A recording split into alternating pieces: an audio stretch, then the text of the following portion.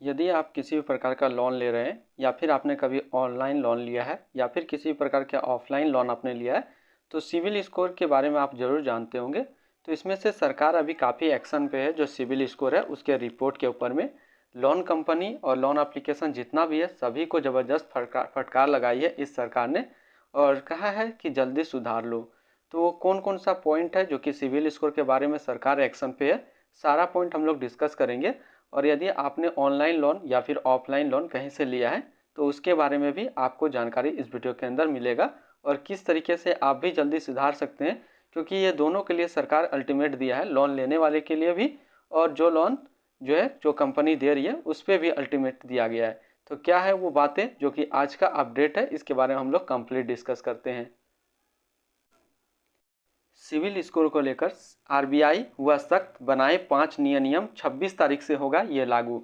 तो civil score को लेकर के आरबीआई बहुत दिन से अल्टीमेट दे रही थी कंपनी को, साथ ही साथ जो लोन ले रहे हैं उनको भी अल्टीमेट दे रहे थे कि इन सब चीज़ों के लिए आप सुधार कीजिए। तो 5 टोटल नया नियम आरबीआई की तरफ से बना दिया गया है जो कि 26 तारीख से लागू हो जाएगा। तो कौन कौन वो 5 पॉइंट है इसके बारे में हम लोग कंप्लीट डिस्कस करेंगे। तो सबसे पहले इनका आरबीआई का जो न्यूज़ है उसके बारे में हम लोग पढ़ते हैं। तो अगर सिविल स्कोर के बारे में आप जानते होंगे, किसी बैंक या फाइनेंस कंपनी से लोन लेने के लिए सबसे पहले सिविल स्कोर चेक किया जाता है, इसके बाद ही आगे का प्रोसेस होता है। तो सबसे पहले जो भी कंपनी आपको बैंक या फिर फाइनेंस कंपनी लोन देती है तो सबसे पहले सिविल स्कोर चेक किया जाता है, उसके बाद ही आगे का प्रोसेस होता है। लेकिन पिछले काफ़ी समय से सिविल स्कोर को लेकर के काफ़ी शिकायतें आ रही थी और इसी को लेकर आरबीआई ने नए नियम बनाए हैं, क्योंकि शिकायत कंपनी के पास काफ़ी दिनों से आ रही थी। हम जैसे व्यक्ति जो आम नॉर्मल व्यक्ति है वो अपना सिविल स्कोर को लेकर से सख्त थे और बार बार जितने भी ऑनलाइन लोन कंपनी है उनके बारे में शिकायत दर्ज कर रहे थे कि ये जो कंपनी है बहुत कम जो है टाइम पे अपना लोन रिपेमेंट करने के लिए बोल रही है और ज़्यादा इंटरेस्ट भी मांग रहा है। तो इन सभी चीज़ को ध्यान में रखते हुए आरबीआई ने 5 जो है नया नियम बनाया। तो चलिए हम लोग एक एक नियम अच्छे से डिस्कस करते हैं। ये जो नया नियम है ये 26 अप्रैल 2024 से लागू हो जाएगा और इसी साल अप्रैल में ही आरबीआई ने इस तरह के नियम लागू करने की चेतावनी दे दी थी। यानी कि जो अभी साल चल रहा है 2023 और दिसंबर जो अभी आने वाला है नवंबर के टाइम पे, उससे पहले भी नवंबर में एक बार बताया गया था और अप्रैल में भी कंपनी ने एक आरबीआई ने अल्टीमेट दे दिया था और ये चीज़ लागू करने की चेतावनी दे दी थी। बता दें कि जब भी कोई ग्राहक लोन के लिए आवेदन करता है तो उसका सिविल स्कोर चेक करते हैं। इसके तहत आरबीआई ने कुल 5 नियम बनाया है। सबसे पहला नियम है कि ग्राहक को भेजनी होगी क्रेडिट चेक किए जाने की सूचना। यदि जब भी आप किसी भी लोन कंपनी से लोन लेते हैं तो वो जब आपको क्रेडिट चेक करेगा तो उससे सबसे पहले ग्राहक को उसका सूचना देना होगा कि हम आपका क्रेडिट स्कोर चेक कर रहे हैं। इसके अलावा और क्या चीज़ है इसके बारे में हम लोग देखते हैं। आरबीआई ने सभी क्रेडिट इंफॉर्मेशन कंपनियों से कहा कि जब भी कोई बैंक या एनबीएफसी किसी ग्राहक की क्रेडिट रिपोर्ट को चेक करता है तो इसकी जानकारी उस ग्राहक को भेजना जरूरी है। यानी कि कोई भी बैंक या फिर एनबीएफसी कंपनी यदि आपका क्रेडिट स्कोर यानी कि सिबिल स्कोर चेक करता है तो उसकी जानकारी उस ग्राहक को भेजना बहुत ही जरूरी है। यह जानकारी एसएमएस या ईमेल के जरिए भेजी जाएगी। या तो आप उस ग्राहक को एसएमएस के द्वारा इसकी जानकारी दीजिए या फिर ईमेल के जरिए आप उसको जानकारी दीजिए। दरअसल क्रेडिट स्कोर के लेकर कई शिकायतें सामने आ रही थी जिसके चलते भारतीय रिजर्व बैंक ने यह फैसला किया।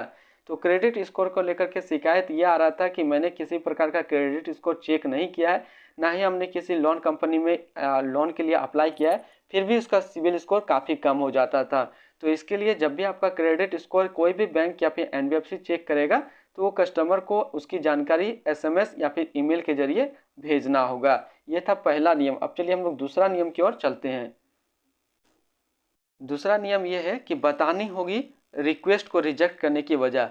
यदि आपने किसी भी लोन एप्लीकेशन या लोन कंपनी से लोन के लिए अप्लाई किया है और वो कंपनी आपका जो लोन है वो रिजेक्ट करता है तो किस वजह से रिजेक्ट किया है उसकी पूरी जानकारी कस्टमर को देना होगा। तो इसके बारे में डिटेल्स में देखते हैं। भारतीय रिजर्व बैंक के अनुसार अगर किसी ग्राहक को किसी रिक्वेस्ट को रिजेक्ट किया जाता है तो उसकी वजह बताया जाना जरूरी है। इससे ग्राहक को यह समझने में आसानी होगी कि किस वजह से उसका रिक्वेस्ट को रिजेक्ट किया जा रहा है। बहुत बार हम लोग ऑनलाइन लोन एप्लीकेशन पे लोन अप्लाई करते हैं तो हमारा जो लोन है वो डायरेक्ट कैंसिल हो जाता है, रिजेक्ट हो जाता है, तो हमें समझ में नहीं आता है कि ये क्यों रिजेक्ट हुआ है। तो इसके लिए भी आरबीआई सख्त है और उसने कहा कि आप इसका लोन एप्लीकेशन को किस वजह से रिजेक्ट कर रहे हैं इसकी पूरी जानकारी दिए जाने चाहिए।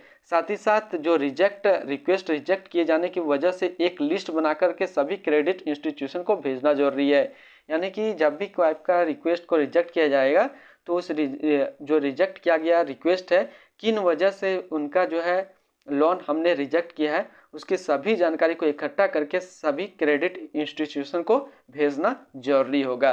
तो ये दूसरा जो है यहाँ पे पॉइंट है। अब हम लोग तीसरा पॉइंट की ओर चलते हैं।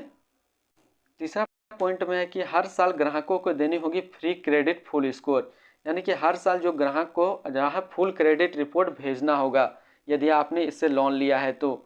यानी कि केंद्र बैंक के अनुसार क्रेडिट कंपनियों को साल में एक बार फ्री फुल क्रेडिट स्कोर अपने ग्राहकों को मुहैया कराना जाना चाहिए। यानी कि जितना भी आपने मान लीजिए किसी कंपनी से लोन लिया है तो उस कंपनी वाले एक साल का आपका डाटा को फ्री में चेक करने के लिए देंगे। फुल क्रेडिट स्कोर अपना ग्राहक को उसको मुहैया कराना होगा। इसके लिए क्रेडिट कंपनी को अपनी वेबसाइट पर एक लिंक डिस्प्ले करना होगा ताकि ग्राहक आसानी से फ्री में फुल क्रेडिट चेक कर पाए। इससे साल में एक बार ग्राहकों को अपना सिविल स्कोर और पूरी क्रेडिट हिस्ट्री पता चल जाएगी। ये था तीसरा नियम। अब हम लोग चौथा नियम की ओर चलते हैं। डिफॉल्टर को रिपोर्ट करने से पहले ग्राहक को जानकारी देना होगा। यदि किसी को कोई भी कंपनी डिफॉल्ट घोषित करती है तो उससे पहले कंपनी को जो है ग्राहक को पूरी जानकारी रिपोर्ट देना होगा कि क्यों इसको डिफॉल्ट घोषित कर रहे हैं आप। तो इसके बारे में डिटेल्स में देखते हैं। तो भारतीय रिजर्व बैंक आरबीआई के अनुसार अगर कोई ग्राहक डिफॉल्ट होने वाला है तो डिफॉल्ट को रिपोर्ट करने से पहले ग्राहक को बताना जरूरी है।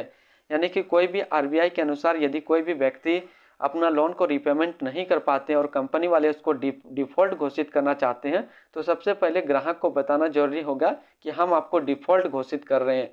लोन देने वाली संस्थाएं एसएमएस या ईमेल भेजकर सभी जानकारी शेयर करें। इसके अलावा बैंक लोन बांटने वाली संस्थाएं नोडल ऑफिसर रखें। यानी कि जो भी बैंक लोन या फिर लोन बांटने वाली संस्था है वो अपना एक नोडल फील्ड ऑफिसर रखेंगे उस क्षेत्र के लिए।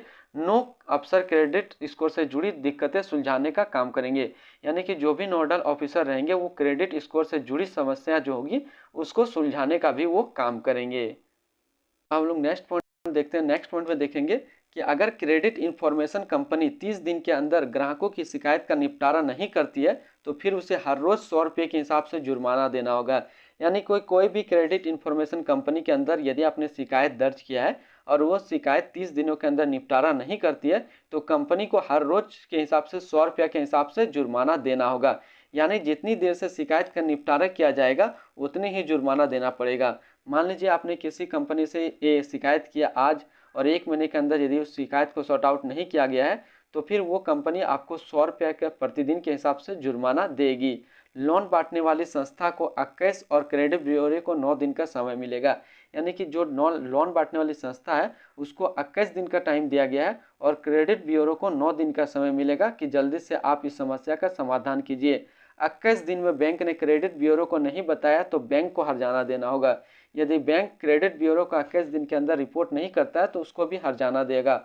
वहीं बैंक की सूची के 9 दिन बाद भी शिकायत का निपटारा नहीं किया गया तो क्रेडिट ब्यूरो को भी हर्जाना भरना होगा। तो आज के लिए ये जो इम्पोर्टेंट पॉइंट था आज मैंने आपके साथ डिस्कस किया। तो फिर मिलते हैं हम लोग नेक्स्ट को इस तरीके का वीडियो की अच्छी जानकारी को लेकर के।